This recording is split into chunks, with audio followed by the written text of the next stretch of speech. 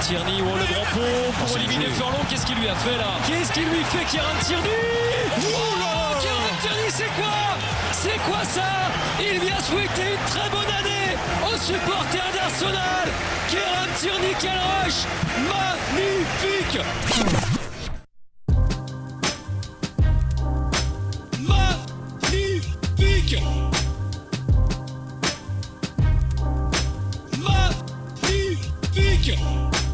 Kieran Tierney! Kieran Tierney! Magnifique! Oula! Oula! Magnifique! Kieran Tierney! Magnifique! This is Arsecast Extra. Hello and welcome to another Arsecast Extra, as always, with James from Gunnerblog. James, it's a goodly morning again. Goodly morning, Andrew. How you doing today? I'm all right. I got a coffee. I've got an orange Kit Kat. Life is pretty fucking sweet. An orange Kit Kat? Yeah. I've never had one. They're delicious. It's like Terry's chocolate Where is the orange? Talk to me. Is it in the chocolate or is there like a layer of orange? It's in the chocolate. No, it must be in the chocolate. Yeah, it must be. Because the crispy bit is the usual crispy bit, but the chocolate has got an orange tang to it, which is good. I like orange chocolate, I have to say. You know, when you get at Christmas, you get the quality street or the roses, the tin. Used to be a tin, now it's a plastic tub, which is not environmentally friendly at all. Shame. Yeah, they should be using, obviously, metals from the earth itself to provide the streets. But, you know, I'm always diving in there to snaffle all the orange ones that I can, so...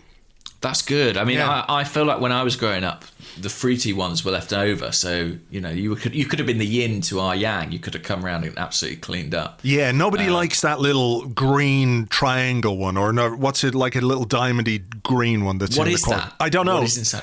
I think it's just the bits that are left over. Yeah, looking at the back of the box or the little pamphlet that they provide you with, that's cheating. I think you have to guess what is inside and make your own assumptions, you know? Yeah. I think they've, on the new ones now, I think they've actually got the names of the sweets on each one. So, oh, really? Certainly on the roses, because my dad always gets a big tub of roses, and they're on the wrapper now. So it's, orange cream or strawberry delight or chocolate hoo-ha, whatever it is, you know? It's removed the kind of Russian roulette element.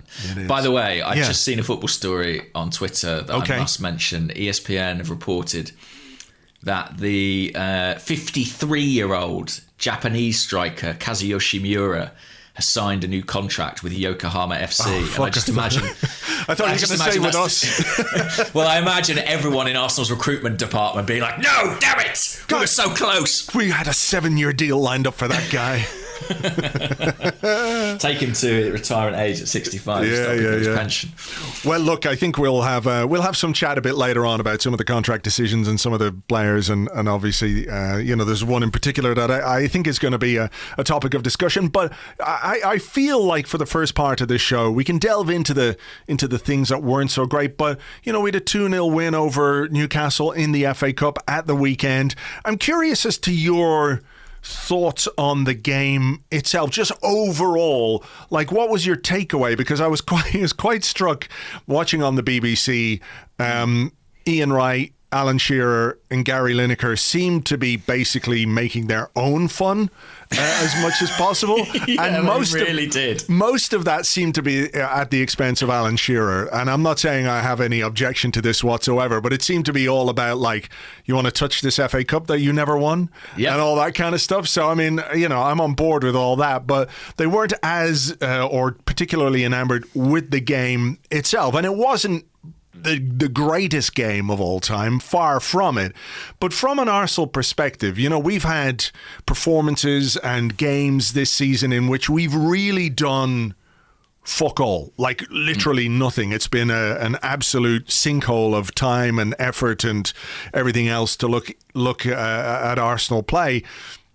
But when I look at the game and I look at the stats and the fact that we had 25 attempts on goal, it feels like, okay, look, it wasn't great. It was frustrating at times. There was a dearth of quality in certain areas. But is this not a better kind of frustration than what we were seeing previously? I think that's maybe fair, yeah. I think there's a degree of sort of, we become accustomed to analysing this team in a certain way, and therefore, we kind of project that onto all performances. For me, I think there's sort of there's a distinction between the 90 minutes and the period of extra time, where I thought Arsenal were a lot better. I think you can almost kind of divide this game as to kind of when the subs were made and how much we improved in that period. I mean, one thing that struck me, reading Scott's column on Arseblog by the numbers, he made it pretty clear. Newcastle really could have won this game. And I think if he put it through his simulation, I think he said the majority of the time, you'd expect Newcastle, based on the chances they created, to win this match. So Arsenal could have very nearly been out of the cup. That's so weird, isn't it? Because they had 2 shots on target in the entire game. I know. Well, I suppose they put a very presentable opportunity off target. The Andy Carroll one that was flagged offside incorrectly. What a centre-half he is, eh? Yeah. He did have a strange game. I mean, you see him in the lineup, and I kind of... Again, how we talk about being conditioned to sort of respond to things in a certain way. I see Andy Carroll and I panic. I go, this is going to be a nightmare. He's 32 now. I mean, he's been around a long time, but his game was kind of more... He did more for them defensively than offensively. It was unreal. It was like every time a cross came in, there's Andy Carroll heading it away. Hang on a second, you were up the other end. I mean, what's his heat map like? It's a shame we've got our 2 left-sided centre-halves because, he'd probably be available. But yeah, it's an interesting point about the game. I mean, I'm in a WhatsApp group with some mates who aren't Arsenal fans, and they texted saying they thought the BBC were a bit down on the game. They were like, I actually think this was more entertaining than the BBC gave it credit for. Right. Okay, well, fair enough. It was, it's not the kind of game that's going to live long in the memory. I just feel like in the context of this season and, based on some of the other performances that we've seen, I prefer to see Arsenal end up with 25 shots on goal, 12 or so on target towards the end, playing the law of averages a little bit in terms of, scoring goals and all that kind of stuff. So let's talk a bit about the starting lineup and the players that he picked. I think there was obviously going to be rotation, and I don't think that rotation was based on anything more than, look, the guys who've done well in the 3 Premier League games, it's not so much about giving them a rest, it's about giving other players minutes in their legs, because we've got a hectic schedule coming up. You need as many players in form and match sharp and all that as possible. So I kind of understood the decisions that he made when it came to the team lineup. Did you have any particular issues with it? Was there anything that you didn't expect? Obviously, the Martinelli thing was a bit of a blow early on. Yeah. Although nice to see that Reiss Nelson is alive. That was a change. Yeah. I suppose in terms of the lineup, I had no issues at all, really. The only issue I had, funnily enough, was sort of Kieran Tierney and thinking, how much football can we squeeze out of this young man's legs? I know Kolasinac has gone, but you've got Ainsley Maitland-Niles there on the subs bench. He could do a job. I mean, what do you make of the decision to play Tierney? Is it just the case that he's so integral to the way we play right now? Could be. I mean, I do wonder if he's one of those players who just needs to play. When he gets into a rhythm, the best thing for him is to play. But at the same time, I was sitting there at the end of 90 minutes thinking, we could probably do ourselves a favour here and take him off. And then he, in the 119th minute, he bombs forward and he sets up a goal for Aubameyang. He's unbelievable. He is unbelievable. But I think it's absolutely right to harbour some concerns about how much he can play and with what frequency. I would be very surprised if we weren't trying to find some kind of left-back cover solution. I mean, look, Cedric can play there, or he has played there in the past. Ainsley Maitland-Niles can play there. So I just wonder, what the thinking was when it came to Tierney. Look, I think the lesson from this game for Arteta is that when you take out the good players and replace them with less good players, you don't play as well. That's the lesson. And I think that might be the disappointment for him, despite the fact that we've won, is that he was looking for Reiss Nelson, Joe Willock, Willian, etc. to to respond to what's happened and to sort of rise to the challenge, if you like. And I'm not sure that any of them particularly did. I think the one player who hasn't played a great deal in the recent past, who I think had a good game, was David Luiz. I agree with you. It's interesting, though, because, these players, when we played our weakened 11 in the Europa League group stage, they looked great. I mean, these players were much better than the first team. But we were playing Newcastle. We're playing a Premier League team. It's a Premier League team. And I think we saw some of them kind of hit the buffers a bit in that respect. I agree about Luiz. I think it's a really interesting one because I'm not convinced that on the pitch he's really done anything hugely wrong to sort of warrant, being out the side. It almost feels like it's a strategic decision, in that he's not the long term. He's not going to be here beyond the end of the season. But whenever I see him play, and it was the same in this game, actually, I'm always like, well, he does bring something different. I mean, that long range of passing, which he showed off a couple of times, I think in the first half particularly, it is a great tool to have. So, I mean, do you think he is kind of going to sit out the rest of the Premier League campaign, or do you think he's in with a shout of winning a place back? I think he still has a role to play.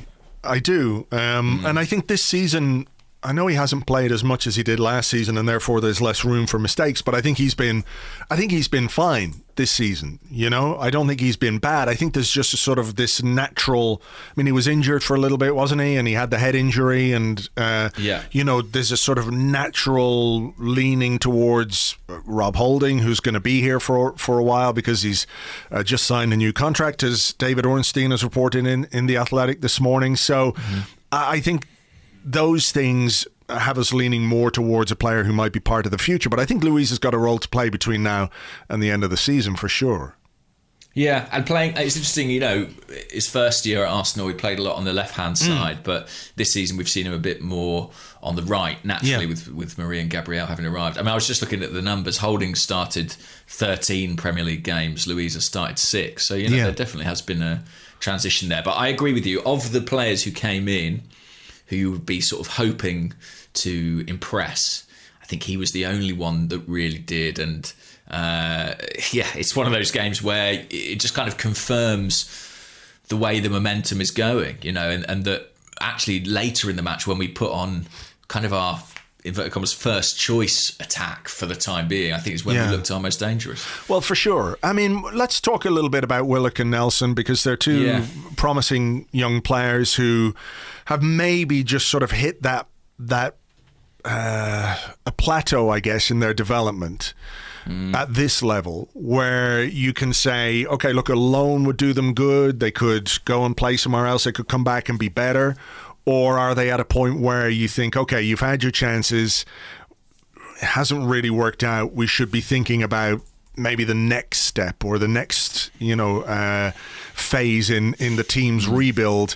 Not every young player is going to come through. I think you look at Smith Rowe and what he's done, Saka, what he's done. I'm not sure Nelson has had quite as many chances because he's been a bit in and out. Joe Willock has been, a sub mainly under Mikel Arteta. He did have a lot of appearances last season, 44 appearances, but not many of those were starts, Where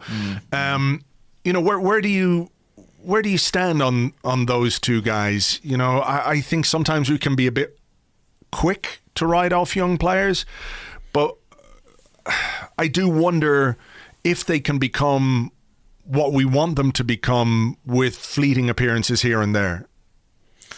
Yeah, I mean, Joe Willock had a great period, didn't he, in the autumn in the Europa League, and we were all talking about him as a potential solution in the Premier League. I thought this was a really bad night for him, actually.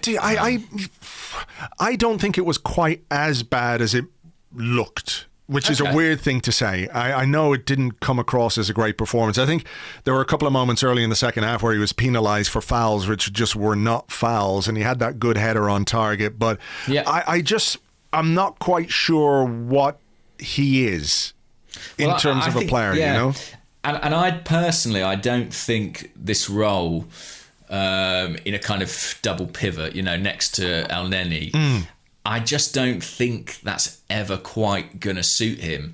He is a kind of weird player who doesn't really fit any system. I've compared him to Abu Diaby in the past, and I think to a certain extent, Julio Batista had the same thing, where it's like, what are you? You're not a midfielder. You're not a forward. You're sort of someone who I think has to be granted freedom. And I think you can only really get that as sort of the most advanced of a midfield three, which he wasn't really on the night. And I kind of have this hunch that he's a player around whom your system almost needs to be constructed. His role needs to be very, very central to it. And my suspicion is that Arsenal, he's probably not ever going to be that guy at Arsenal. No. There's an incompatibility, isn't there, between what we want to do or how we want to play and what Joe Willock can bring. And I think he's got some real talent. I think he's a great athlete. I think he can finish. He can get in good positions. He does have a fair amount of goals to his name, given how little he's played. He can score goals. He can pop up. He's got good timing in the box. And I think at 20, 21 years of age, maybe the finishing isn't quite as good as it can be. But the fact he can get himself in those positions, I think I've said before that the timing of his runs into the box reminds me a little bit of Aaron Ramsey. Yeah. He's just a little bit inconsistent in front of goal. And he's not a continuity guy. No. He's not a guy who is incredibly technically secure, but kind of with that comes that sort of element of chaos and bringing the unexpected that I think can be really dangerous. I think him and Nelson are at a really kind of similar points in their development, and how I feel about what we should do with them is sort of very linked. I think they need to play, and I think they need to play at Premier League level, really, for them to kick on, for them to go to the next stage. And there are lots of ways you could achieve that. You could send them on loan, which I think would be a really good move if Arsenal can find the space in the squad to do that. I just see it as beneficial on every count. I mean, either they get experience and perhaps they return to Arsenal as better players, or I think that exposure could augment their transfer value. Yeah. So I would be sort of in favour of that. But I do see the argument that if someone comes and offers you a really substantial sum of money for one of those players, it's tempting to take it. And I think Arsenal, something Liverpool do very smartly is, I hate, with Liverpool, we're always talking about what Liverpool do, but they work in things like buyback clauses, or they work in a high percentage sell-ons. So even if they sell a player, they kind of protect themselves against that player going on and becoming a star. And I think that's quite a smart way to work. And I think, Arsenal shouldn't be afraid to do that, because it always gives you the option down the line. Yeah, for sure. What do you think? I think both of them need a loan, for sure. And I think you're right. If the right offer comes in for them, you'd be tempted to sell, because, we have to learn to sell at the right time with certain players and with certain young players. Even someone like Eddie Nketiah, who hasn't really played in the last few weeks at all. I think Arteta said in his press conference today he's not going anywhere in the January window, despite some rumours. I don't know how they started or anything like that. But, he's another one, because he's heading towards the last 12 months of his contract, where you can see the benefit of, okay, well, look, we've got X amount out of him. We've developed him to a certain point. I mean, I think this is the difference between some of the young players that we've let go in the past, in that Joe Willock has how many appearances for Arsenal? I can't, must be 60 odd, 70 odd appearances for Arsenal. Yeah, so, his stock will be an awful lot higher. Reiss Nelson, maybe a few less than that, but these are guys who've had first team exposure, and if we are going to move them on, if we are going to sell them, then they've got some sort of stock in the bank, if you like. Nelson has nearly 50 appearances for Arsenal. So, it's not like young players in the past who've barely made a breakthrough into the first team. The fact that they do have this first team experience means that they are more valuable. Is there a fear that... I'm very coffee today. Is there a risk that... that's a bad thing to say at the moment, isn't it? Is there a risk that these players' value will diminish? Like, do you do you foresee, is there an argument that you've got to sell Joe Willock now because in 6 months he'll be worth less? I don't know. I don't know that it will fluctuate that much, would it, in 6 months? Or if you let Joe Willock go for a loan, on loan to somewhere and he plays quite well, the upside of that is that his value could increase over the course of the next few months. I don't know. I mean, I just feel like we're in a place with those two guys where we can see that there's a gap, isn't there, between Smith Rowe and Saka and Willock and Nelson. And Nketiah, I think, as well, you put into that bracket. Yeah, and I actually think, Nketiah, talk about his future. I know Arteta knocked it down today in his press conference. I wonder how much that might have to do with what happened to Martinelli. That shows you. Yeah. If Martinelli's fit, I think it's trickier for Nketiah to get game time. If he's not, he might get one or two here and there. So, I think Willock and Nelson, I would like to see them play more often, and I would like to see them go on loan. I thought that about Reiss Nelson in the summer. Hopefully he does get that move because, I just worry that they're not going to kick on if they don't get minutes. So the first substitution that we made was after 55 minutes, which is pretty early. It was Emile Smith Rowe coming on for Reiss Nelson. I think Nelson started the game quite brightly. He had a good shot in the opening couple of minutes, and there was a chance where I think if he'd been a bit more match fit and match sharp, he might have taken with his first touch rather than take a touch and get crowded out. But, it's little moments like that where you can show a bit of quality. If Nelson takes that first time and puts it in the back of the net, we're having a different conversation about him today. Sure. You only get so many chances, though, as a young player. And I think it was quite telling that Smith Rowe was the first guy to come on and the guy that Arteta turned to in order to get a bit more control on the game.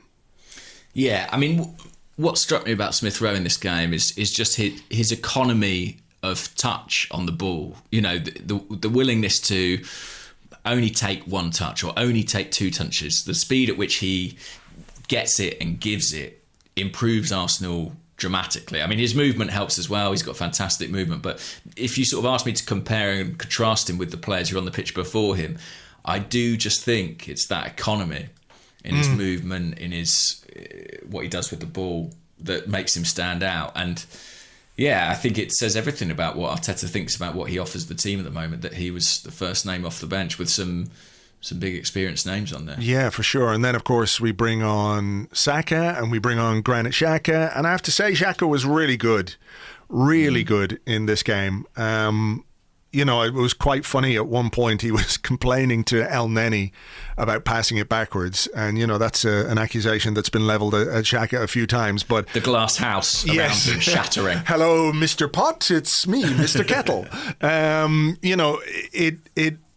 It was quite interesting to see him come on, though, and really provide forward momentum and incision in his passing, incisiveness, I should say, in his passing. Maybe it suited him in a way because of the state of the game and the way Newcastle were playing. He's always going to get a lot of the ball, but I thought he was really good. And of course, when you bring on, Saka, you bring on Xhaka, you bring on Smith Rowe, the dynamic is different. It's different, and I think Newcastle had a bit more to deal with at that point. Yeah, I think you're absolutely right, and I don't know to what extent Xhaka stood out because he was better than what was on before, but I thought he made a really big difference. It also helped the fact that he had someone like Smith Rowe to hit. I think people being available is a big part of the issue. But Xhaka was really good and Smith Rowe was really good. And then Saka, I mean, by the end of that... Do we take it for granted that, he's just going to come on and make things better? What, Bukayo Saka? Yeah, kind of. I mean, it's just like, oh, yeah, there he is. He's on now. And he's just going to make it better because, he's... it's not... Xhaka comes on and we go, oh, look, Xhaka did this. And maybe it's because it's kind of unusual for Xhaka to come off the bench. Do you know what I mean? He's usually starting. Really unusual. Yeah. Really unusual. I think we do take it for granted. I mean, the guy's, less than 20 years old, isn't it? Yeah. And he's... That makes him 19, yeah. I think so, yeah. But he has a seniority about the way he plays, the way he takes responsibility. maybe we do take it for granted. I mean, I honestly think when we reflect on 2020 for Arsenal, you know, we always talk about, well, I suppose the big high was the FA Cup win, and that's certainly true. But I think probably second on that list is getting Bukayo Saka to sign a new contract. Yeah. I think that's so important to the future of the club and clearly the present as well. Can I ask you what you thought of Nicolas Pepe in this game? Yeah, you can. I mean, kind of more of the same for me. I mean, what struck me is I thought his finishing and his shooting was less good than it often is. You know, normally what's quite impressive about Pepe is that however much he might sort of dally around with the ball here and there, when it comes to him in a decent area, he invariably hits the target. I thought that was a little bit less so the case against Newcastle. As well, you know, just the sort of economy point.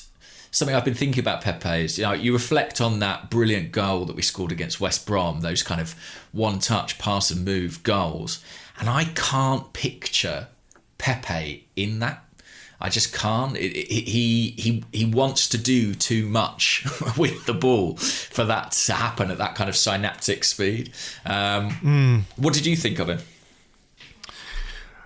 I was kind of encouraged by the way that he played.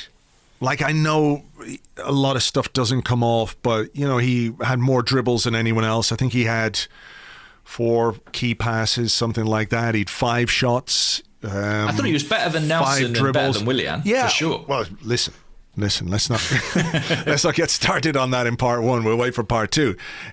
You know, he worked hard. I thought he did his defensive work well. It's his cross for Joe Willock's header. Yeah, you know, he made that chance for Willock. He dribbled well. He was fouled often, you know, which showed that there were moments where you could see him kind of trying to burst through the lines the way that, you know, we've spoken about Wilshere and Thomas Rosicky as players who used to be able to do that, and we don't really have that in the team. I saw him try that more than once.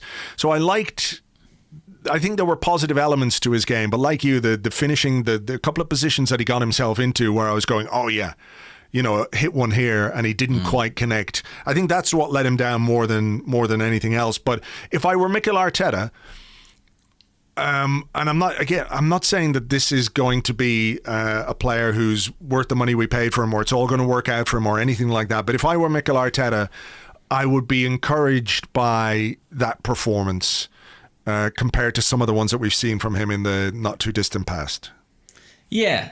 I mean, if there are 4 spots in the sort of front 4 available, I know who my first 5 are. You know, they're kind of Saka, Smith Rowe, Martinelli, Aubameyang, Lacazette. And 6th for me is Pepe. You know, he's the next guy for me to come into that unit, wherever it might be. And with all the questions of kind of how do we find an opportunity to rest Smith Rowe? What's the alternative?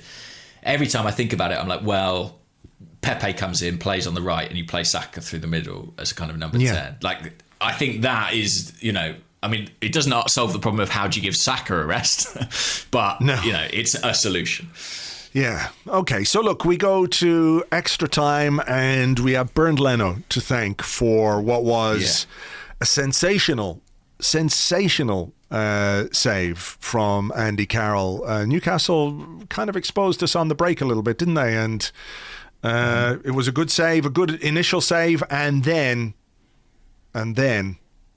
the fingertips when Carroll was basically trying to take his head off were really quite something. I thought that was really brave because Carroll, if he'd, you know, I don't think he really cared if he hit ball and head, just head. He was just having a go at whatever was there.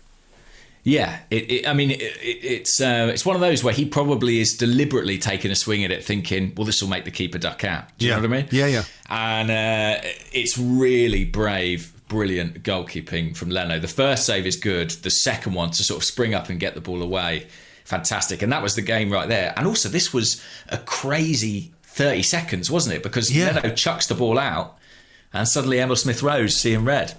I mean, that was mad. That was just mad. I mean, it was a red card for a scream, wasn't it? Like, I think the player's scream made the referee's decision. Yeah, I honestly do. Like, and I wonder, like, in a stadium full of fans, does that get heard, and does it matter? I was wondering the same thing. Like, he would not have heard if the fans had been in the stadium. Maybe the linesman would have heard it, and I think that's what he based his decision on. 100%, he based his decision on the fact that the player screamed, and I can understand it because it was, when I heard it, I was like, oh fuck, what's happened here? Like, he must be really badly injured for him to scream like that. And then you see the replays. And thankfully, I mean, listen, I've been very critical of VAR, and I still prefer football without it. But thankfully, on that occasion, it served us well. Well, Zach Harris asked us, he says, VAR clearly has issues, and you both have shown a distaste for it, but I view it as a way of avoiding bad calls that clearly changed the game. Did yesterday's use of it reverse the incorrect red card for Smith Rowe change your opinion on VAR? And I think one of the phrases, or one of the things you hear all the time when people talk about VAR, is the what are the three words? Clear and obvious. A clear and obvious error. And if you can use VAR to deal with situations like this, where a ref clearly, definitely, 100% got something wrong in a split second, which can happen to referees. I'm not being hugely critical here, despite the fact he fell for the antics of Screamy Joe. If you can, it would be unfair, clearly, for Smith Rowe to have been sent off for that, because it wasn't a red card. It wasn't even a yellow card, really, as far as I can tell. I think he just gave the yellow card to kind of cover his own arse a little bit. Yeah. So if you can use VAR for that, I don't know that too many people would have a problem with it. It's the minutiae of, like, is his, like, pube offside, or is his elbow offside, or is, those kind of things, which obviously aren't clear and obvious to anyone. That's by their very definition. If you're looking at a toenail being offside, it's not clear and obvious. So, how do you find the balance, or where do you draw the line between what can be seen by VAR and what can't be seen by VAR? So do you think we should have had a penalty in this game? Yeah. It was a penalty. Clark put his foot out. It caught Aubameyang. He went down. Penalty. 100%. And the review was done in a few seconds. Exactly. I mean, if that was Man United, they'd have had about 8 penalties. Yeah, I know what you mean. I mean, I think it's interesting with VAR. It's kind of absolutist. You have to be entirely for it or entirely against it, whereas I think it's a more nuanced thing than that, and it's the application of it in different situations. No one could look at what happened to Smith Rowe and say, well, I disagree, that was a bad thing, but on balance, I think it brings more negatives than positives, but there was a big positive for Arsenal, certainly, on that, in that instance. Well, of course, and Smith Rowe stayed on, and Smith Rowe opened the scoring, and quite an interesting goal again, that little combination, that trio of Smith Rowe, Saka, Lacazette. Saka played the ball to Lacazette, good header on, and Smith Rowe was there. Great finish, great touch, great finish. I think one of the really interesting things about Emile Smith Rowe is that from the start, since he began to play in the first team, and I include some pre-season in this as well, he produces. He's got end product. He scores goals, which at a young age is really, really impressive. Because I remember Arsene Wenger talking about Cesc Fabregas a bit, and he sort of said, look, when a player gets to about 21, 22, they start to score goals. And I think that very much happened with Cesc, maybe a little bit earlier. It's not that he didn't score goals, but he really became a goal scorer as he matured a bit, right? But Smith Rowe, one of the most difficult things to do in football is score goals, and he does it, and he makes it look really natural. And I think he has, is it 4 assists and 2 goals in about 400 first team minutes this season? That is a lot of end product for a 20-year-old who has barely played for the first team. I know he had a good loan spell at Huddersfield and everything else, but to me, this is what really excites me about Emile Smith Rowe. I mean, we can all see the talent, we can all see the ability that he has, but the fact that he is producing at this level so quickly is really, really exciting. It is. And, he shares that with Martinelli and Saka, and I think that's what makes them so special and so exciting. I actually think this is a really lovely goal. It comes from Smith Rowe pinching the ball actually off a Newcastle defender. When it's a heavy touch, wasn't there? Yeah. Yeah, exactly. Loose touch.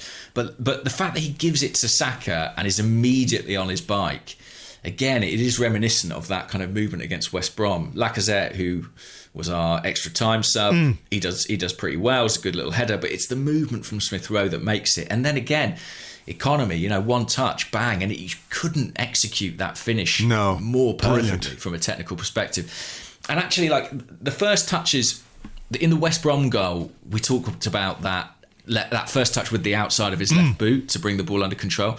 And in this instance, I think it's the shoulder he brings it down on, just to kind of let it run in front of him across his body. And it's absolutely immaculate. I mean, he is very, very clean and very, very tidy. And yeah, just a brilliant goal. And I think one that kind of crowns this recent run of games from him. He's been superb, and he'll be in the starting lineup, won't he, against Palace on Thursday? Yeah, I mean, he's got to be. He's just, there are times a player comes in and, they do well, but you can sort of say, well, you could see how he might use a more experienced player there. But like when a player comes in and literally bangs down the door the way Smith Rowe has in the last couple of weeks, you don't really have a great deal of choice but to play him. No. And I think we do have to manage him. We do have to be careful. We do have to be sensible, that we don't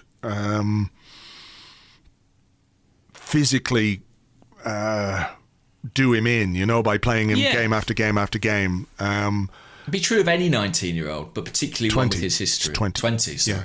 Yeah. No, it is. So, there's going to be that moment where Smith Rowe isn't in the starting lineup, despite the fact he's played well, and people are going to despair at that. But we have to have some common sense in how he's used. Look, I think the degree of despair will be measured by how he's replaced and who replaces him, of course, yeah. But there is something happening here, like, having these guys, Saka and Smith Rowe, who are prepared to run beyond the striker, Lacazette seemingly understanding that and sort of having a grip on his role in it. There is something there to build on, and I do think, I said it earlier, but as soon as Arsenal went to that kind of setup, I felt more confident in this game, and also great news as well that we got the second goal, and Aubameyang got himself a goal from over. Yeah, I mean, he badly needed a goal. He really did. I know he scored against Southampton, but he really needs a goal. That's why he was in the team, obviously, to see if he can not break the drought, but just to sort of rebuild some confidence. And I was worried a little bit because there were some chances. Kieran Tierney did his absolute best, didn't he, to give him a couple of good crosses and everything else. But in the end, he provided him a chance that he just couldn't miss, and the kind of chance where, if you look at the first goal that Smith Rowe scores, Aubameyang is in this kind of inside left position, and he doesn't really make a run into the box. Whether he feels confident or whether the move happens a bit too quickly for him, or he feels like Smith Rowe is going to score, he doesn't need to. I'm not quite sure. But in this instance, look where he is, and he's still starting from that left-hand side position. I think that's a really interesting aspect to this goal. Really good combination between Saka and Tierney.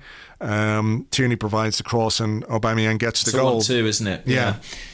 And great to see Aubameyang put it away. And I'm just watching it back now, and great to see Aubameyang smile like that, to be honest. I mean, it feels like it's been a little while since we've seen that exuberance, that kind of joy from him. And I think that's a good sign, hopefully. Yeah, look, I mean, I think we said in the last episode, didn't we, that, you can maybe read a bit too much into a striker being unhappy when he doesn't score. Is he unhappy at the fact he's not scoring, or is there something more to it than that? Is there something more serious going on? Blah, blah, blah. For me, it was always just about Aubameyang not scoring. That's what he wants to do. He gets on the score sheet, he's smiling, he's happy. He's happy for his teammates in the game against West Brom as well. Sure. So, it really is just about him getting back on the score sheet, rebuilding that confidence, and hopefully, 2 goals in 9 is quite a rare occurrence for Aubameyang, and hopefully this kind of run is behind him now and he can get on the score sheet with a bit more frequency.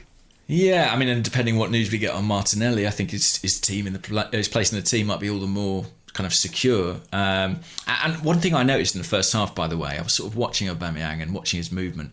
At no point was he more lively in the penalty box than when Tierney had the ball. Well, why wouldn't you be? Yeah, exactly. When Tierney had the ball, even if Tierney had the defender in front of him, if it was sort of prior to Tierney's kind of, knock and cross, Aubameyang was on the move. And it's because you know exactly what Tierney's going to do. He's going to get past his man. He's going to deliver. And for a striker, that's invaluable. That's gold dust. And no surprise that ultimately it was Tierney who laid on the goal for him. I mean, you can tell Aubameyang, he smells goals when Tierney's got the ball. Magnifique! That's the man. He is. I mean, 120 minutes apiece for Oba and Tierney, but if there are only two players in the squad that could handle it, I guess it might be those two. Yeah, for sure. Okay, well, look, there we go. Arsenal 2, Newcastle 0. I think there were things to be positive about. There are a couple of things, obviously, that didn't quite work out as well as we might like, that we'll touch on in part 2. We've got some questions about those. Anything else you want to talk about from the weekend? Not so much, really. I mean, I actually, it's obviously a shame without fans, but I quite enjoyed FA Cup third round weekend. I mean, it was quite a good draw. There were quite a lot of sort of potential giant killings. Sadly, Marine AFC couldn't produce the shock that I dreamed they would. Although it was great to see Joe Hart get a fright. Did you watch that game? I didn't. No, I mean, life's too short to watch Tottenham, James. Well, there were a couple of funny things about it. First, that Marine very nearly took the lead. They had a shot from 30 yards that Joe Hart clearly thought was going over, and it struck the bar. And very nearly embarrassed him, and that was very funny. It was also very funny watching their striker up front, I think he's called Vinicius, who they've got on loan from Portugal, score 2 tap-ins from like a combined distance of like... The length of Eddie Nketiah?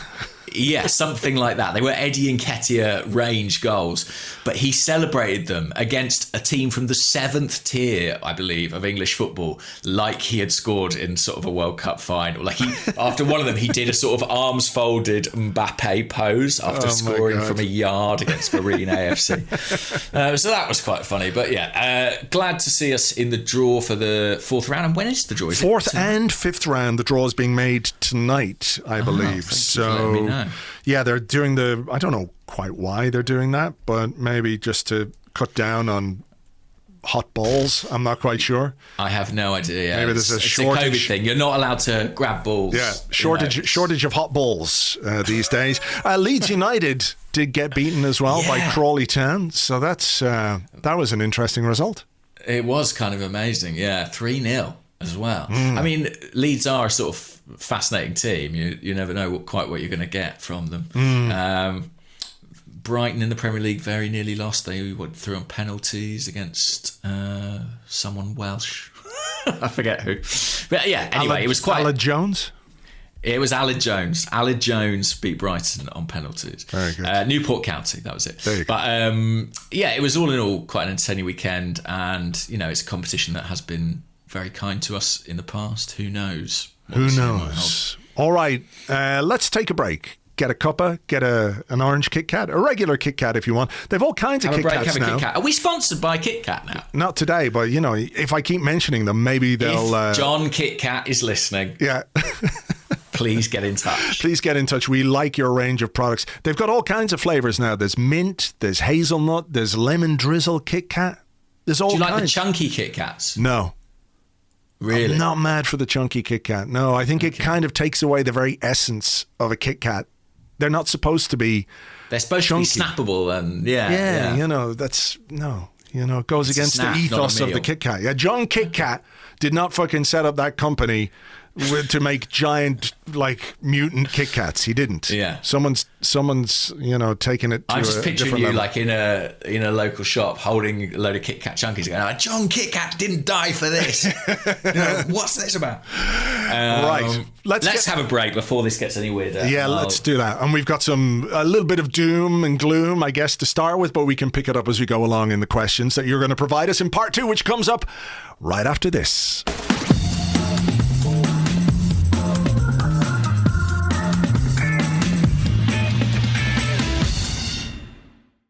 Welcome back to the Arsecast Extra. This is part 2 of the show where we answer questions that you send to us on Twitter at Gunnerblog and at Arseblog, and also on the Arseblog Discord chat server, which you get access to if you are an Arseblog member on Patreon.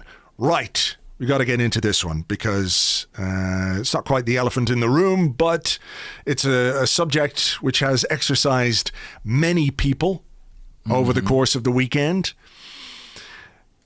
On the Discord, Stickers asks, realistically, what can be done with/about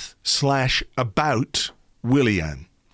And a couple of Arsens on Twitter, who's couple of Arsens, says, morning chaps, good morning. He says, do you think it's possible Willian himself feels his move to Arsenal was a mistake just as much as the rest of the planet does? If that's the case, is there hope the player will push for a move in the summer? Yes. How do you solve a problem like Willian? That would be his song if there were crowds. Well, I doubt it would be as polite as that, actually. I'm not sure it would be quite as tuneful. Yeah, Fairly I did one note. say during the game that, if the BBC were really committed to authenticity on the sound, they should have applied booing when Willian went off. I do suspect in a full stadium, he would be on the end of a lot of stick right now. I think that's true. Which isn't to say that's something I would advocate or anything like that. But maybe also maybe that isn't true. Maybe that isn't true. Like when I went to the Europa League game, the first game with fans, and granted that was a very special circumstance, I was really surprised by the relative warmth of the reception for Willian. And I thought maybe the negativity is a kind of is amplified on social media, whereas in stadiums the tendency would be to be behind the team for that 90 minutes. Yeah, and look, I think that's true to a large extent, that what happens online can feel a lot more intense than real life, Yeah. But I do think the fact that he's had one good game for us since he arrived would have him in like I think I said on the blog the other day, he's very close to reaching a point of no return for many fans, and I think for many fans he's gone beyond that already, just from talking to people on Twitter and everything else. Yeah, nobody is looking at this move as in any way successful for the club, for the player himself. There's no redeeming features to it. It doesn't feel like there are any redeeming features to it at this moment in time. But the question about what do we do about it? I mean, I didn't like it, but I understood why Mikel Arteta picked him. Because, he has, and the club have made a significant investment of money in this player over the course of another 2.5 years. And I guess there's an attempt to extract some value from it. But I do wonder, at what point does somebody have to hold their hands up and say, this is not working. This is just not sustainable, If it was a 1-year deal, then you would maybe be doing that at this point. And yeah, you'd but be saying, it's not, though. Exactly. And so, with Luiz, for example, there's a sense in which it's like, well, he's not the man for the future, therefore we're going to pick other people. With Willian, it's a 3-year commitment. So tempting though it is, and much though I understand the people not wanting to see him play for Arsenal, I do completely appreciate that for Mikel Arteta, he's got a problem on his hands, because either he needs to find a way to get him off the books, which is laced with its own difficulties, or he has to somehow make this work. And it doesn't, I agree with you, it doesn't look like working at all. And I think even Willian's harshest critics during his time at Chelsea, I personally think would be surprised by the scale of which this is not working, the extent to which it's not working.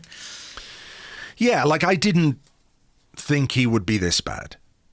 No, like I've used a comparison of Luiz in the past. Like Luiz has been so much better than Willian, at this point.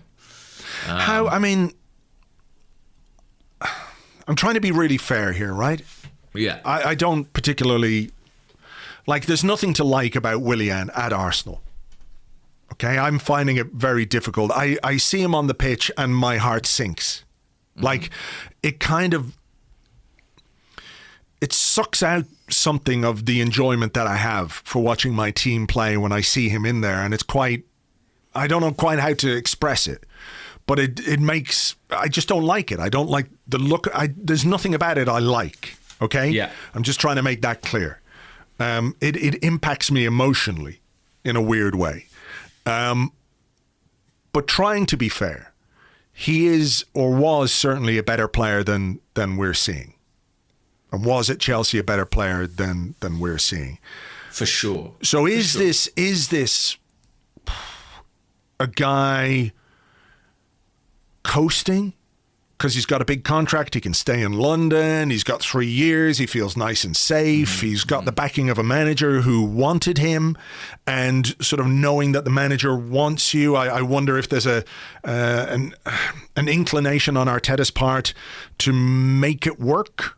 Because he was advocating for the deal, etc., etc. But is this a guy? Is it his motivation? Is it his confidence? Is it, what is it? Or is it a case that the Willian that he used to be is what he was, and what we're seeing is now what he is? Listen, I just don't believe the speed of decline could be that sharp. It's the same thing, I think, with Aubameyang. I kind of can't quite believe that as of the final day of last season, he was a really good player, and now he's just not. Now, of course, there could be things underlying that. He could be in decline, but nothing that doesn't, I think, explain quite how sharp and quite how dramatic it is. I suppose for the motivation question, I think, of course, there can be factors that make a player feel more comfortable or less motivated. I mean, look at how people perform in the final years of their contract, for example. There's a security that can influence performance. I don't really buy the narrative that, like, professional athletes don't try. Like, I find that implausible, to be honest with you. I think, of course, they're trying. But I think there might be subconscious factors, Yeah. But even that, I mean, the question of, like, is he just comfortable? I suppose I'd ask you the question, does he look happy? And watching him against Newcastle, I'm thinking, no, he's not. I don't think he's like, well, I turned in that hour and I was shit, but Yeah. Like, I don't think he's sort of sauntering off and feeling pleased. If he was going off, like, laughing and high-fiving everybody, I'd be really worried. You know what I mean? So in answer to the first question, which was, does Willian regret his move? From a sporting perspective, he has to. Yeah. I mean, it is possible sometimes for a move just not to work. Yeah. For no particular reason other than whatever. A player arrives and he loses form, and then it becomes really difficult to win the trust of fans back or the manager back or whatever it is. It might just be that this is the wrong move. Yeah, for signing a player is about chemistry. It's about projecting how one player is going to interact on the field with 10 others. There are so many variables within that inevitably sometimes it just doesn't work. I think it is actually sort of a head scratcher, because everyone can say Willian's been bad, but explaining why he's been bad, how he's been, what has changed to make him so bad, I think is genuinely quite tricky. Do you think it's exacerbated by, maybe exacerbated is the wrong word, but we see Bukayo Saka come in and play from the right-hand side, and we see Emile Smith Rowe come in and play with the kind of enthusiasm and bravery that, an experienced player should be able to produce. Somebody who's done it at Premier League level for 7 or 8 seasons, who's won the title, who's won the Europa League, who's won all kinds of cups with Chelsea. I mean, he is a guy who has won a lot and been part of teams which have won. So it's not a question that, like, he's capable of A, the performance level, and B, the mentality to be part of a team that wins things. But, when we see these young guys come in who look just miles better, I mean, is there a point at which Willian might say, and his goddamn agent might say, and the club and the manager and the technical director might just say, this was a mistake. We gave it a try, didn't work. We now have to find a way out, because Arsenal cannot carry, and I think this is the key word here, they cannot carry Willian on the pitch or the financial aspect of his signing off the pitch for another 2.5 years. It's just impossible. If it's this bad after 6 months, if things don't improve in any significant way, what's it going to be like in 6 months' time or a year's time when he's, it is a really tricky one. I think that has to be an option. It has to be a possibility, because I don't think Willian, he's not David Luiz. He's not a bad egg. He's not a guy who's a troublemaker. Or I know there were those rumours, but I honestly don't think there was anything behind those about them sort of wanting Arteta out. I never heard that from anywhere authoritative. And I think that he will want to play, and I think he will want to, be proud of what he does professionally. So I think that if things carry on as they are, and I see no signs that they're not going to, then maybe that will become a possibility. Probably not in this window, but maybe in the next one. I have to say, going into the Newcastle game, I was quite intrigued to see what Willian might do in the position that he was picked as a number 10, because I reflect on that Sheffield United game where we turned it round late on. He operated in that position. If I think of the Everton game away from home, when he sort of, in the second half, was much better, he was drifting infield off the left flank to those areas. And I've heard Tim Stillman many times, who knows Willian quite well and knows the way he plays, say, look, he's a winger and he plays wide and that's it. But it's not unheard of for a player in their 30s who has been a wide player to move into a central area, because there are kind of things physically about that might make, if they lose some of their sprint power, it might help them in some ways. But it just didn't happen for him at all. No, against Newcastle. No, I tend to agree with Tim on this one, in that, if you buy a player who's played his entire career in one position and then you look for him to be the difference in a completely different position, I don't know. I'm not saying it's unfair on the player, and I'm not trying to excuse his performance levels, but I would question the decision-making or the team selections in those regards. I mean, I think he was bought to play on the right anyway. I think he was clearly signed because there wasn't faith in Pepe. But I don't blame them trying something different with him, given how much it hasn't worked. I don't know, actually. Like, I know that everybody hates Willian, but I don't know, for some reason he doesn't offend me quite so much. And I do genuinely feel sort of more sad about the situation. It's just such a waste of money and resource. It's been a disaster for him personally. I would love to believe, I would love to believe that there was a sort of positive resolution here, that there was a way of turning this round. But I just don't see where that's going to come from. And actually, with the form of Smith Rowe, with the form of Saka, he's going to get less and less game time, less opportunity to establish rhythm. I kind of only see it ending one way. And which is what? That he sees out the remaining 2.5 years of his £200,000 a week contract. Yeah, that's the other aspect of this. I mean, I think you're right. It has been a disaster for him on the pitch, but it's been fucking tremendous for him elsewhere. The deal has been great. Yeah, but look, I don't have any solution to this other than, he sits it out And on the opportunities, or when he is given the opportunity to play, he needs to perform. He needs to play better. And if he doesn't, then it's only going to end one way, or it should end in the summer. Yeah. I don't know how they're going to extract performances from him. Like, I don't get the sense. Like, Mikel Arteta is giving him every chance, isn't he? I mean, he was the guy who came off the bench against West Brom. He started against Newcastle. I think when Arsenal are winning games in the next few weeks, I bet you see Willian come on, because I bet Mikel Arteta is trying to somehow ignite a spark on this player. I mean, there was a chance for him, wasn't there, in this game? Came to him on his left foot. Do you remember? Yeah, it was really bad what he did. Yeah. Really bad. Fired it way over. I mean, to me, he just looks...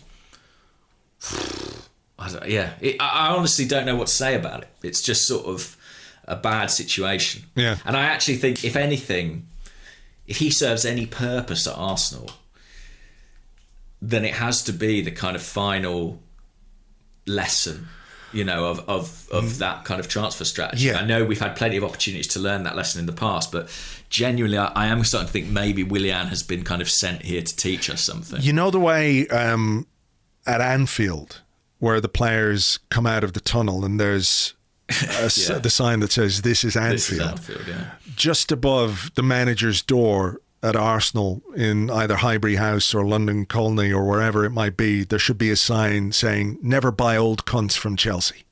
Yeah. Let's move on. Yeah, I don't know what else to say about it, but there you go. What are your thoughts about Joe Willock? We've done that. This is an important question from Zach Martinez. Who is more handsome, Mikel Arteta or Pablo Mari? It's a good question. He's a handsome man, Pablo Mari. He is a handsome man. I mention it partly just to sort of open a discussion about Pablo Mari, but let's not overlook. Arsenal lost some handsome players in recent years, and it's good to kind of restore that balance a little bit. Yes. But let's talk about him as a footballer, will we? Do you have a question about him in football terms, or should we just talk about him? To be honest, I just want to talk about his looks. No, but I think I just wanted to talk about him generally. I know you wrote about him this morning, but I think he's done pretty well, hasn't he? I mean, what have you made of him? I think he's been, like I said in the blog today, it's so far so good. He's come in for Gabriel. You can see now that there's obviously a bit of a strategy going on in terms of who we have available to us in defence. So he wants a left-footed centre-half pretty much at all times, it seems. Yeah. Because we bought Mari in January of last year, and then we went out in the summer and we bought Gabriel, and you could look at that as we bought a player, now we've bought a player to upgrade him, but it might be just that we've got Gabriel and we've got really solid backup in terms of Pablo Mari. I think he's very good in the air in our box. I think he reads the game well. His stats when it comes to clearances are very good. His passing is not bad at all. The long passing, I'm not sure he's quite got his eye in yet. There was one brilliant pass against Newcastle. Someone mentioned it to me. I think I saw it in the comments on Arseblog News. Could have been to Pepe, but I've seen diagonal. I've seen him look for the kind of ball down the line that you might associate with Granit Xhaka that he might play, or the one, for example, that David Luiz. Tierney ball. The one David Luiz played for Aubameyang. Where he went over the top. The channel. Yeah, exactly. Yeah. That kind of a pass where he just hasn't quite found his range yet. Look, I think the sample size is really small. Still, he's only had 6 appearances this season, but he's played a part in the recent run of results that we've had. And Arteta talked well about him, as you would expect him to do. With most players, obviously, we could go back to Willian and talk about what he said about Willian, and is very much a manager protecting his player in public kind of stuff. But I've been cautiously impressed with Mari so far, and I think Gabriel is going to be back. We did have some questions about whether or not you bring him back in. Let's see. There was one. Go on.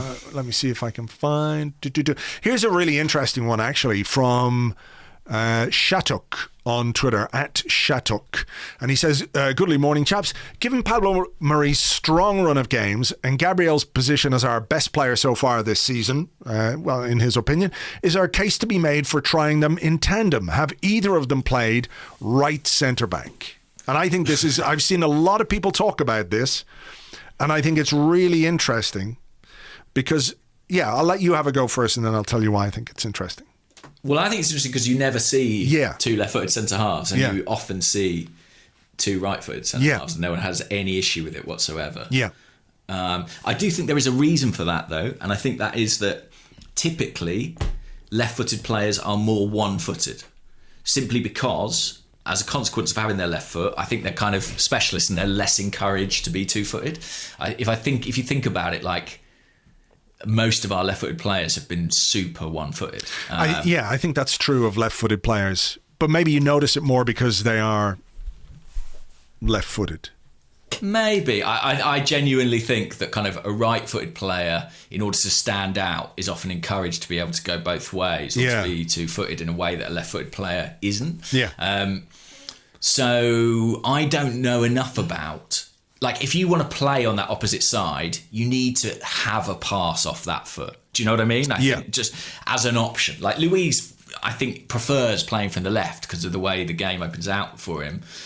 But you need to be able to pass it off your left so you don't get pressed only on one side and get stuck. I mean, look, it's one thing rolling a right-footed pass across to your central defensive partner.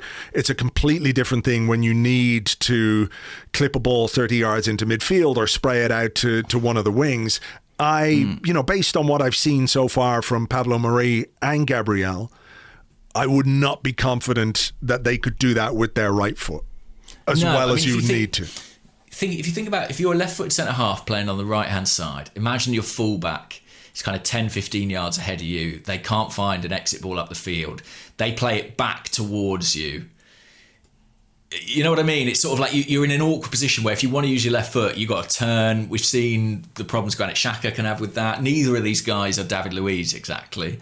I don't see it, to be honest. Yeah. I think Pablo Mari looks like, unusually for an Arsenal signing, exactly what we have bought and signed him to be, which is the backup player to Gabriel. Mm-hmm. And I think he looks absolutely serviceable and ideal for that role. The only thing I would say is some players have, especially with defenders, they bring qualities that sort of offer a sense of calm to defence, and that can often exceed their kind of technical attributes. You know, Saka is kind of the obvious one.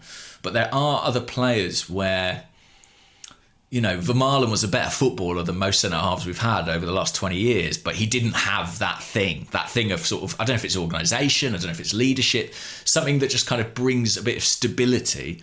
And it does seem that Pablo Mari has some of that. That's my instinct of him. I don't know what you think. Yeah, I think an important part of his game, because I think there are issues obviously with his pace and his mobility, you know.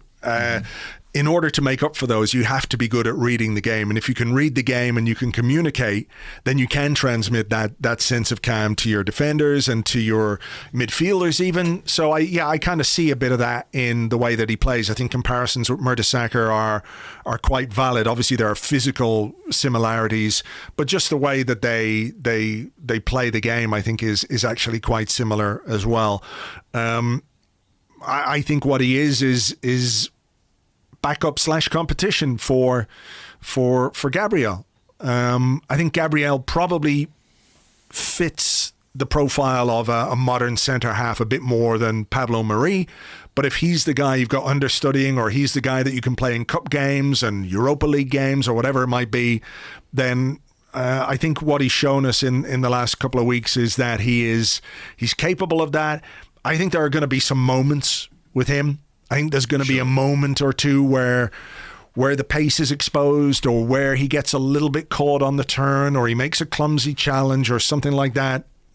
But I think that's par for the course with a player of his profile and of his provenance and his experience and everything else.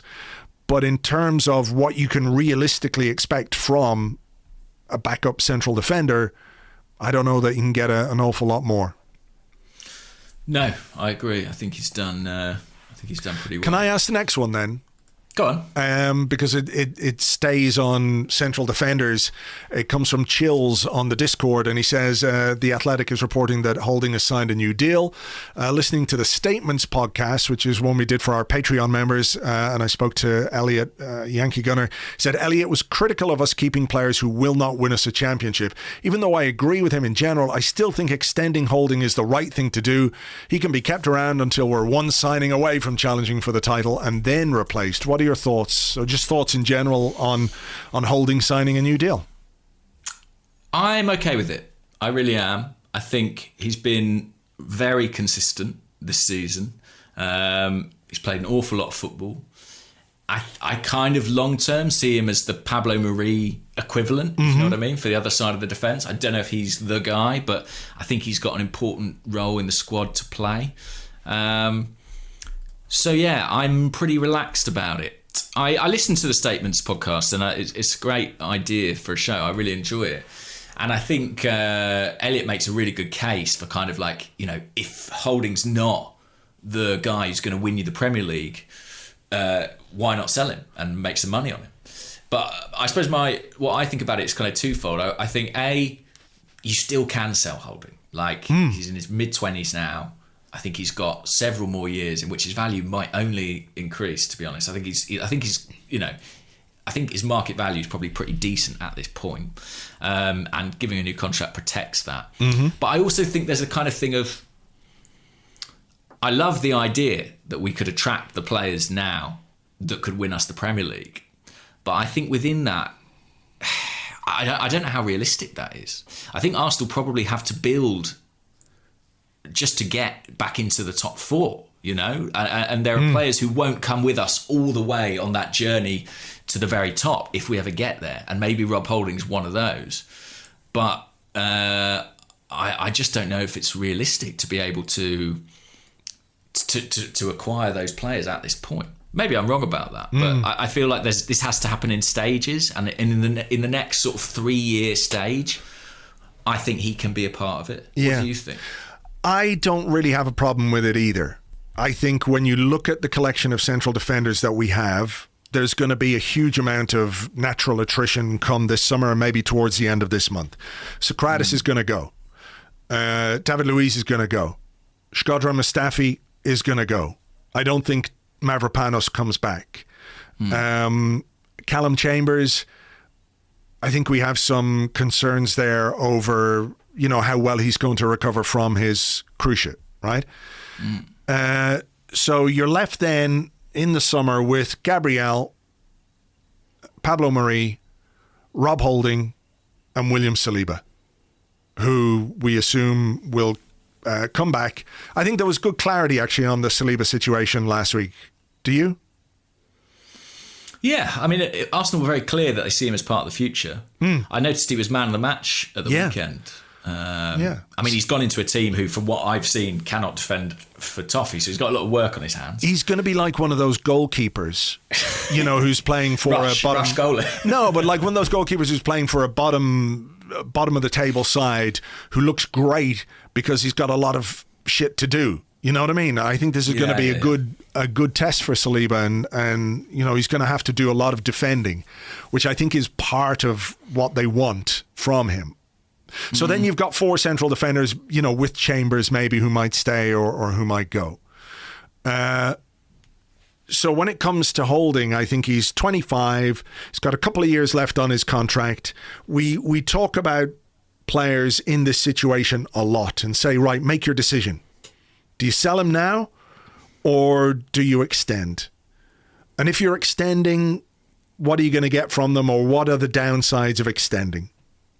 And I don't think that if we extend Holding and we then in a year's time or 18 months' time find ourselves in a position where maybe we've upgraded on him and he's not playing as much, I don't think we have an asset that is tanked by any means. We've got we've got an English player in his mid-prime, you know, mid-20s, mid to late 20s for a centre-half is the perfect age. And I think there will be a lot of takers for him. So it's not really about just protecting the investment. I think he can be a good player for us. To me, it's a fairly sensible decision given everything else that's going on. Yeah, and I suppose what I was trying to say before about like having to do things in stages, you know, before Liverpool had Van Dijk and were the best team in the world, they had to be a team that got into the Champions League regularly. And in order to do that, they signed people like Joel Matip and Ragnar Klavan, you know, and they weren't going to be the guys who took them to the top, but they got them to the point where they were a Champions League club, they had bigger revenues, they could sell on some other assets, bring in Van Dijk. I do just think this might take more time, perhaps, than we envisage, and I think Holding can be a sort of steady presence for the next 3 years. What I would say, when you list those centre-backs, is I find it very hard to make a case for keeping Callum Chambers at this point. Yeah, me too. But I think, you know, maybe for the duration of this season, like he could be alone in January. I think he should be. Well, it really depends who else goes. Like Socrates is going to go this month. It looks like he's going to go to Genoa. Mm-hmm. Yeah, he's going to go for sure. He's going to go. Mustafi wasn't in the squad, right? Yeah, and I wonder if, you know, Kolasinac is gone. Mesut Ozil appears to be going, and there is a little dressing room. There's that gang little of pals. Yeah. So those three were like a little dressing room clique, and I do wonder if there might be some efforts made to move Mustafi on in January to give him a favourable deal. You know, go and play somewhere. From what I understand, his situation is quite delicate and quite difficult because apparently footballers are a bit. And there could be incentive for him to go in January because footballers aren't particularly keen to be out of contract in the current economic climate without a club. You know, if you're a guy who would demand big money, there are no certainties, really. So if he can get some sort of long-term deal somewhere, you know, 3 or 4 years, I think in this climate he's going to take that. It's just a question of when he can find it. Yeah, and look, I think Arsenal would be happy to incentivize that move. Yeah. You know, in as much as they're not going to look for a great big fee for Mustafi with 6 months left on his contract. You know, so that's the only thing that gives me pause for thought about Chambers. You know, just in terms of if all of those go, then you've got Luiz and Holding, and then you've got Gabriel and Pablo Mari, and maybe just having one more player like Chambers who can play right centre half and probably can play left centre half as well, because, you know, most right-footed players can do that. Then just for insurance purposes, you might keep him around. I just sort of have this hunch that Holding and Chambers, I know Chambers is more versatile, but in my mind they're kind of a similar spot in the squad, and I think if you've committed to one, there's a strong case for cutting ties with the other. But I take your point about the uncertainty. They can't make really decisions on their centre halves until they know exactly who's going in January. I did see an interesting question on the Discord about this. Let me just find it now. No problem. It was relating to the contract situation. So it's from Dazzy Pepper. Holding got a new contract. Who should get the next one? Who should get the next one? Right. I think the one that I would go with first is Willian. To get the Willian extension in the bag, a pre-contract agreement for another 3 years. Emile Smith Rowe. Okay. He will be the next one because I think he's got a contract for another couple of years. Yeah. But I think the smart thing to do would be to open discussions now and to get him committed in the same way that we got Saka committed. After that, I think I would look at Kieran Tierney. I think you've got to be looking at Kieran Tierney by the end, around the end of the season. Quite a strange story, wasn't there, in the Telegraph about Napoli being interested in signing him? I know they were interested when we saw him from Celtic, but I'd be amazed if. Listen, he is one of the unsellables, one of the few unsellables in this squad. I suppose the only thing you would say is like, is he a Champions League caliber player, and how long can we not offer him that? Yeah, well, look, that's true, but I think that's down the road a little bit. Celtic. Yeah, and I'm sure that's part of his ambition at Arsenal and moving to the Premier League. He wants to be part of a Champions League club. So that's obviously that's something we have to manage, something that Arsenal as a football club have to be cognizant of. But I think if we want to get back there, he's going to be a big part of it.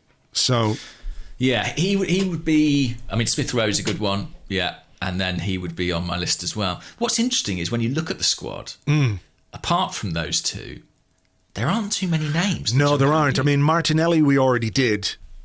We did this last summer, so we have that sorted out. Beyond that, maybe Leno. Maybe Leno, but there aren't too many other names that you're like... We have to commit to this guy, or we shouldn't consider selling this guy rather than extending him.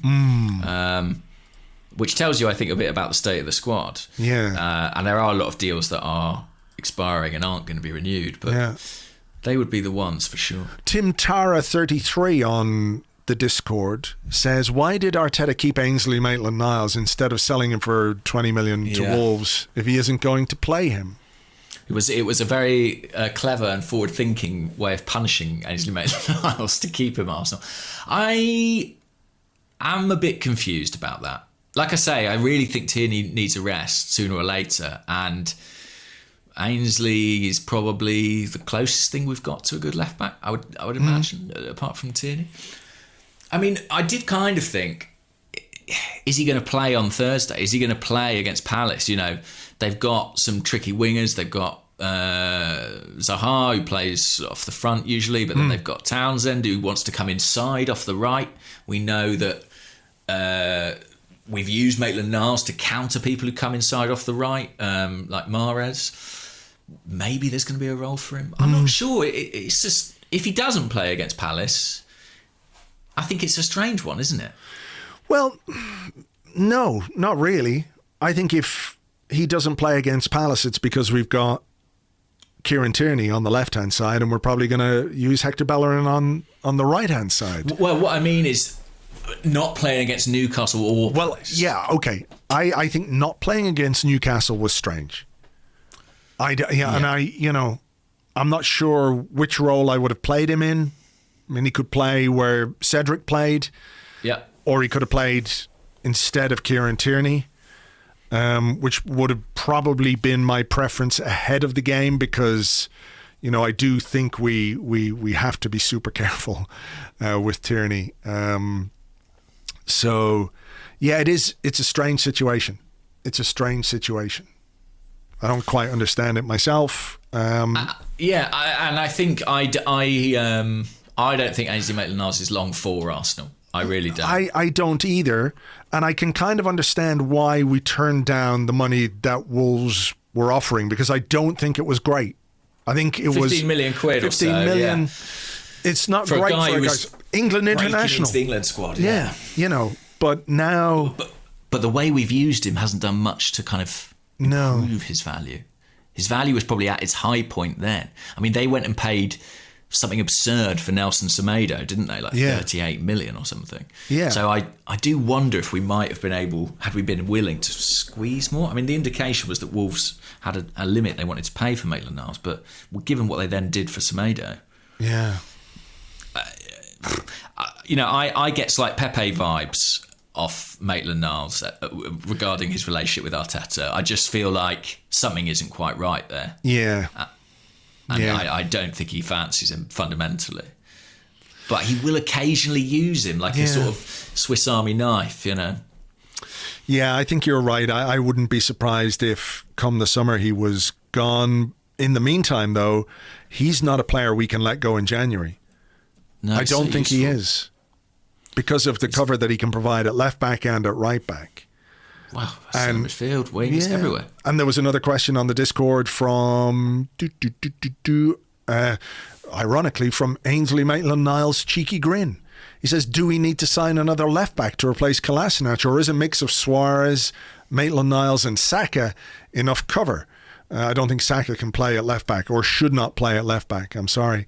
At a push, if we've nobody else, sure, but that's not where we should be playing him. He said, seeing Tierney play 120 minutes against Newcastle has got me worried we're going to overplay him. Yeah, I had a look to see, what have we got in the academy in that position? Is there anyone... Because, that's Edu's job, not just to buy players, but have a view on what's the succession plan. And there is the kid Joel Lopez, who everyone gets excited about. He's still only 18. I think he's had some injury problems. You think we need somebody, don't you? I think we might, yeah. I think we might. I do wonder if there's a loan out there that we could do, but again, it depends on the profile of the player, whether they're homegrown or non-homegrown. It becomes a bit more difficult. I don't think we can keep playing Kieran Tierney in every game between now and the end of the season without it costing us. No. And now we've gone to a back four. It's not quite the same, is it? Dropping Maitland-Niles in as a wing-back, as a full-back. But he has played there, in fairness. Yeah. He has played... He'd be my choice. He'd be my choice. Even though he's a very different player to Kieran Tierney, I think he is the closest thing. But yeah, of course, if you're offering me a specialist... And we know Arteta loves specialists, That's why we've got Cedric. Specificity. Supposedly. That's what he keeps saying. He keeps using that one. Specificity. Speaking of January, Queen Guna says, so apparently we're looking to sign a number 2 keeper and send Reiss now on loan. Having sacked most of our scouts, how worried are you about our future purchases? We seem to be just throwing money at average players and then trying to correct the problem months later. Well, I tell you what, I'm happy to hear that we are looking for, I think Mikel Arteta said today, a solution to the goalkeeping situation. What did he say? Yeah. We're assessing the situation with the 3 positions in the goalkeeping area, and we will find a different solution probably in this window. He talked about the last window and said we didn't have much time to do what we really wanted to do. And obviously, Runarsson was quick, easy, available, and a very short-term solution to the issue.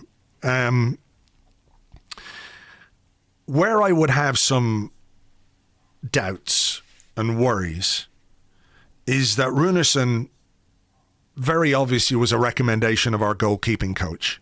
100%. Who worked with him before. And we are linked very heavily with David Raya. Yeah. Who worked with our goalkeeping coach before. Sure. And on the basis of the Runarsson recommendation, I don't think we should take into account what the goalkeeping coach says at all. Because this, I feel sorry for him, but he's not up for it at this level, at this kind of club. He's just not. And I'm sorry. I feel a little bit sorry for him. I felt sorry for him in that Man City game. And maybe that's not necessarily a true reflection of him as a player, but... you've limited chances to impress or to convince people at this level. So that's what I'm happy that we're acknowledging there's an issue, because I think an injury to Leno is a big problem, would be a big problem. Like we saw it happen last season. The door was open for Emi Martinez after Leno got injured against Brighton. An innocuous kind of incident. Yeah. And all of a sudden we're down one of our most important players. And I remember at the time, look, we all loved what Emi did, but at the time we were talking about oh shit, we're going to need to buy a goalkeeper. We're going to have to go into the market to get a goalkeeper to replace Leno, because nobody really expected Emi to do what Emi did. So it's positive that we are looking for a solution. I have concerns that the man... or that part of the reason we're looking for a solution is that we were recommended a player who just isn't up for it. And that guy, I think, should be removed or distant from the process. We have to look at the best player we can get, not the best player that comes with the recommendation of the goalkeeping coach. Absolutely. And, if Edu is the technical director and has an eye on the long-term vision, he will know that coaching staff come and go. So you don't sign a player who the goalie coach wants. You sign a player that suits the club and is right for the club over the next 5 years or whatever. Do you think David Raya is that player? Well, are you asking me personally what I think of him? You personally, what do you think of? I mean, I think he's all right. I'll hold my hands up. I haven't seen a great deal of him. I think he's very good with his feet, as far as I know. Yeah, he is good with his feet. He's sort of classic modern goalkeeper, 6'1", very agile, good with his feet, comes outside his box, sweeps up a bit, gets involved in the build-up play. I think he's pretty good. Brentford will put up a real fight about letting him go in January, and they're very stubborn on this stuff. He's got a release clause in the summer. So if Arsenal really want him, then the solution is, I guess, a loan. But I think Arsenal can only loan 2 players, and they've already got one in Danny Ceballos. So, they can't loan a left-back and a midfielder and a number 10. Yeah, I saw somebody talk about this because we mentioned that last week. And they said something like Fulham have 6 players on loan. I can't remember. Premier League. Loan rules. I think you're right, but... Okay. Under the rules of the Premier League handbook, there are restrictions on how many players. Forgive me, it's from English clubs that they right. Okay. Premier League.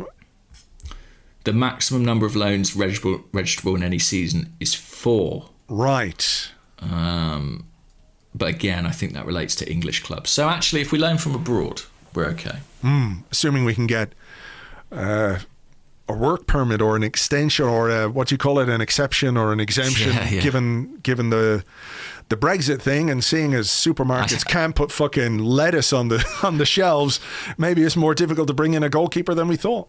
I spoke to an agent the other day who said that they were going through every player in the top 3 divisions of Argentinian football, putting them through an algorithm to figure out whether or not they qualify for Brexit, for Brexit Britain, basically. Jesus. And what's really interesting is it's a really high percentage. I think in the top division they said more than half of the Argentinian players would be eligible to come here. That's because mental, isn't they've it? massively opened up the work permit. So basically it's no longer done purely on international caps. It also takes into account domestic appearances. Yeah, so first team appearances, yeah. Yeah, and not even the top division. You could be playing in the second division in Argentina, and those appearances still count towards your work permit. Wowzer. So if Edu, it's interesting, when we laid off all the scouts, we did keep our South American scouts, and I wonder, it must have had a view on that, maybe.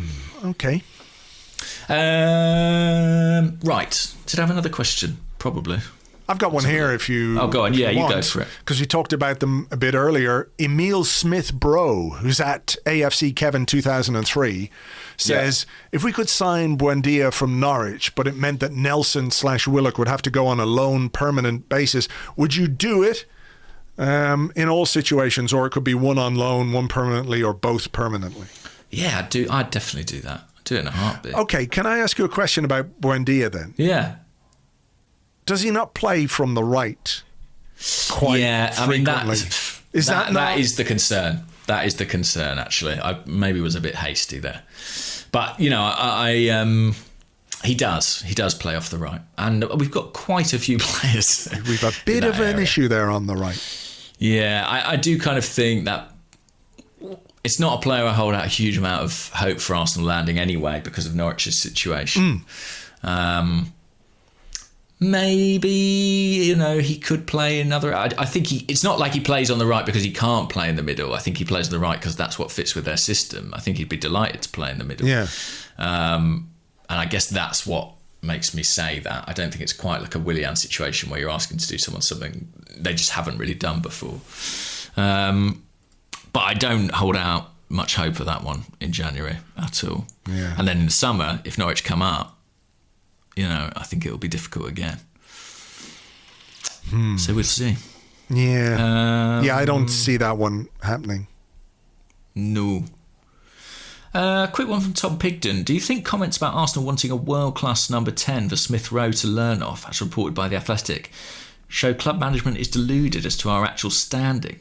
Surely if such a player was for sale, Arsenal would not attract them. Or afford them. Yeah. We just took out quite a big loan from the old Bank of England. For the Treasury. Yeah. I mean, I don't know that we're... are we really targeting a world-class number 10? Maybe. Well, I'm sure we'd like to target one. But having a target and hitting it are quite different things, though, aren't they? Yeah, I don't think a world-class number 10 is going to come to Arsenal right now. And I don't think we could afford it anyway. So I think our solution is to try and find a player who could potentially become a world-class number 10. And maybe we're seeing the start of that in Emile Smith Rowe. Look, we're nearly at 50 minutes in this half, so I want to just call it quits here. But I do want to ask this question. On the Discord, Riku Hurula says, I've never had a question answered, so I'm going to try these 3. And he asked a question about winning cups, not interested. He asked a question about signing cover for Kieran Tierney. We've already covered that. But he says this, and I'm very curious as to your answer. He says, why do commentators always talk about hitting the back of the net? When a goal scores, it hits the front of the net. The back is the other side, right? That's mind-blowing. I never thought about that before. They hit the front. If you hit the advertising hoardings, and then I guess they're considering the back of the net as an entity. So what they're doing is hitting the front of the back of the net. Do you see what I mean? The side net is an entity, and the back of the net is a thing. All right, calm down, Christopher Nolan. Fucking hell. That could be his next film, Back of the Netception. Exactly. Yeah. I mean, I'm confused already. Yeah, I mean, but great question. He's finally had his question asked. There you go. It is possible. Dream a dream, guys. It is. Believe. The back. Yeah, it's the front of the back of the net, or the back of the front. Is it the reverse of the front of the back of the net? Andrew, I've got to go. I'm running out of time. Sorry. Okay. This could go on all day, in fairness. We will leave it there. Thank you as ever for being here. Thanks for listening. We've got another one coming on Friday, another Arsecast Extra, because we're playing on Thursday night. So please join us for that. In the meantime, take it easy. Cheers. Bye-bye.